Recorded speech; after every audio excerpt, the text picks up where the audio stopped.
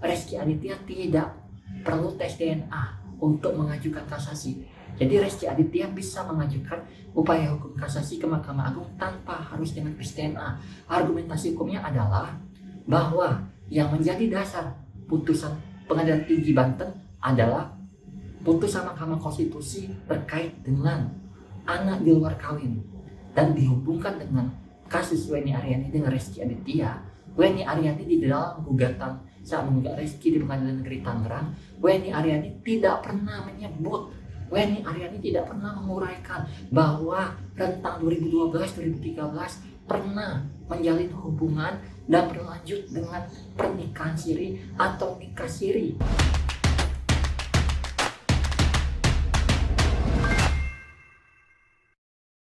Lagi Mas, kalau pesan saya tidak membenarkan perbuatan saya benar gitu ya. Perbuatan yang dulu ya? Iya. Bukan yang sekarang kan? Bukan, yang dulu itu benar tidak. Iya. Tapi ada anak yang memang butuh kejelasan itu aja. Iya.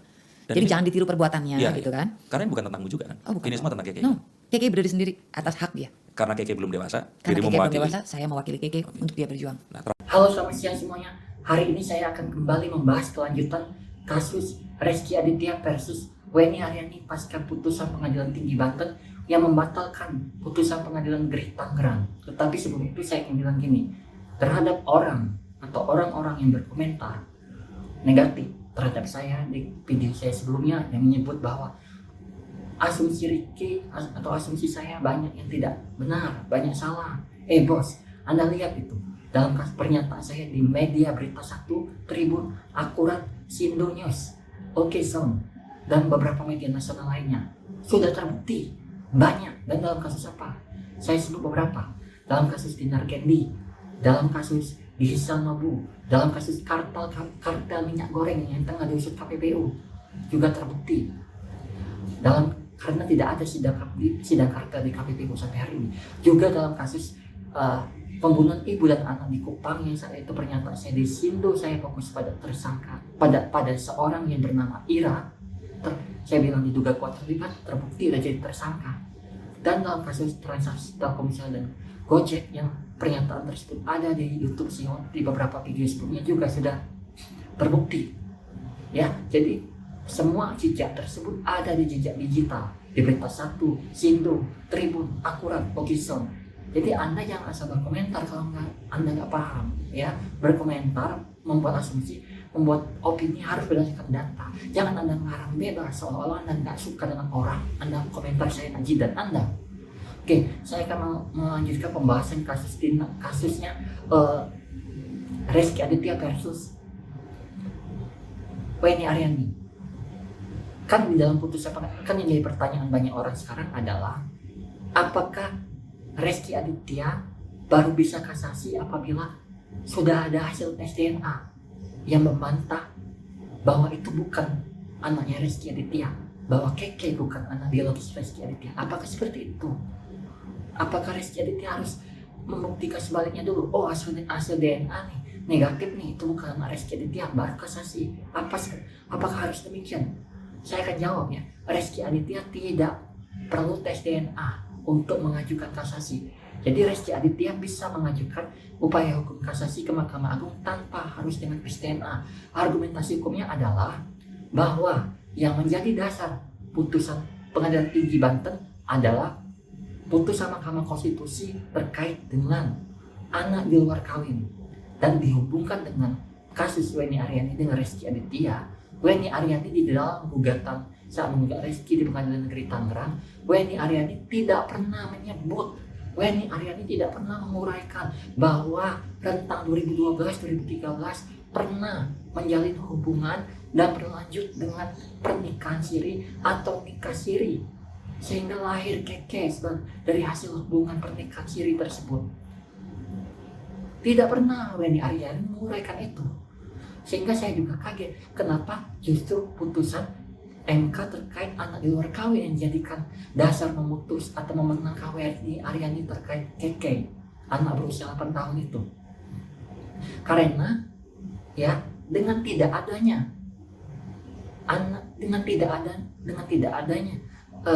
uraian atau penjelasan di dalam posita saat Weni Aryani menggugat Reski Aditya ke Pengadilan Negeri Tangerang bahwa tidak menguraikan bahwa Weni Aryani penggugat telah menikah siri dengan tergugat sehingga lahir Keke. Sehingga dengan itu tidak ada, maka putusan pengadilan tinggi Tangerang, putusan pengadilan tinggi Banten tersebut timbul tanda tanya besar. Kenapa yang dipakai adalah putusan MK terkait anak di luar kawin? Pertanyaan saya, apakah sama antara anak di luar kawin dengan anak hasil zina? Karena gini loh, kan Weni Aryani itu kan bilang di podcast Denny Sumargo bahwa pada saat itu dia mengajak Rezky Aditya ke rumahnya. Tapi saat itu dia sudah ditalak oleh suami keduanya, ditalak secara agama. Artinya apa? Artinya Weni Aryani walau sudah ditalak secara agama, artinya Weni Aryani masih sah secara hukum berstatus sebagai istri dari suami keduanya itu. Karena 2012-2013 tidak ada putusan pengadilan agama yang ingkrah yang memutus perkawinan antara Weni Aryani dengan suami keduanya itu. Nah, sehingga pertanyaannya adalah kenapa justru malah menuduh Keke adalah anaknya dari Rezky Aditya, sehingga mendesak-desak Rezky Aditya tes DNA. Kan gak masuk di akal tuduhan itu. Karena 2013 itu saat Keke yang lahir itu Anda masih berstatus sebagai istri sah dari suami kedua Anda, meskipun sudah ditalak secara agama, tapi tidak ada putusan pengadilan yang ingkrah yang telah memutus perceraian saudara dengan suami kedua Anda, ya Anda tetap sah sebagai istri dari suami kedua Anda. Makanya kalau berbicara hukum kan tentu harus ada dasar, ada logika. Dan kalau kita bicara Keke itu kan lahir 2013 Weni masih berstatus sah sebagai istri orang lain, istri kedua dari suaminya. Nah, kalau misalnya terjadilah perbuatan hubungan badan ML di 2012 dan lahir Keke di 2013, anak siapa itu? Kan 2013, kan 2012-2013 kan Weni Aryani masih berstatus sebagai istri sah dari suami keduanya. Sehingga kalau Weni Aryani tetap ngotot bahwa itu adalah anak Rezky Aditya, pertanyaan saya, apakah Weni Aryani dan Rezky Aditya pernah menikah siri? Apakah Weni Aryani dengan Rezky Aditya pernah nikah siri? Kalau putusan pengadilan tinggi itu ingin dipakai untuk terus menyerang Rezky Aditya, kan Rezky Aditya sama Weni Aryani tidak pernah menikah siri, dan itu pun tidak ada di dalam gugatan Weni Aryani. Harusnya kalau ada pernikahan siri antara Rezky Aditya dengan Weni Aryani, harusnya Weni Aryani tegaskan itu, buat itu beberapa poin di dalam gugatan saat Rezky di Pengadilan Negeri Tangerang. Tapi kok itu tidak ada. Artinya tidak ada pernikahan siri antara Weni Aryani dengan Rezky Aditya, karena tidak mungkin membuat sesuatu dari hukum tanpa bisa dibuktikan. Tentu Weni Aryani juga tidak akan mungkin mau mengarang cerita dalam gugatan kan. Makanya dia tidak menjelaskan, tidak menguraikan pernah menikah siri atau perkawinan siri dengan Rezky Aditya sehingga lahir Keke, karena tidak ada fakta hukumnya. Mana berani dia. Sehingga pertanyaan saya adalah, kenapa terus mengejar Rezky Aditya? Minta aku itu. Sekali lagi, Rezky Aditya bisa kasasi tanpa harus membuktikan sebaliknya bahwa itu bukan anak biologisnya.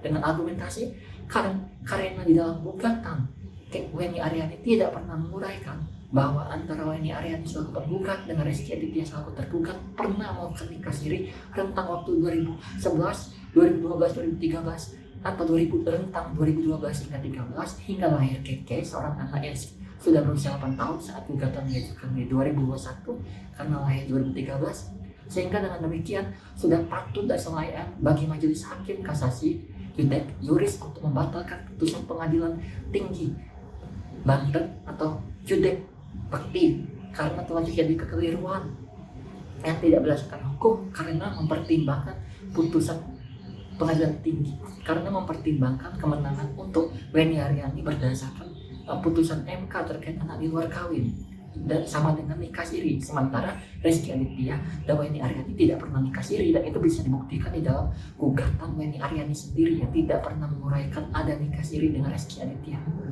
Sehingga dengan demikian posisi hukum Weni Aryani lemah dan Rezky Aditya kuat karena bisa kasasi tanpa hasil DNA yang membuktikan itu bukan anaknya. Bertanya, apa yang menjadi pertimbangan Reski Aditya? Reski menyampaikan kepada saya, kepada kami kuasa hukum waktu itu, semata-mata demi pertimbangan kemanusiaan. Jadi, ada rasa kemanusiaan dari seorang Reski Aditya yang merasa perlu untuk memutus keraguan atas status hukum dari Ananda Mendra. Jadi, meskipun sudah dimenangkan di pengadilan negeri, Reski Aditya tetap merasa terpanggil untuk melakukan tes DNA.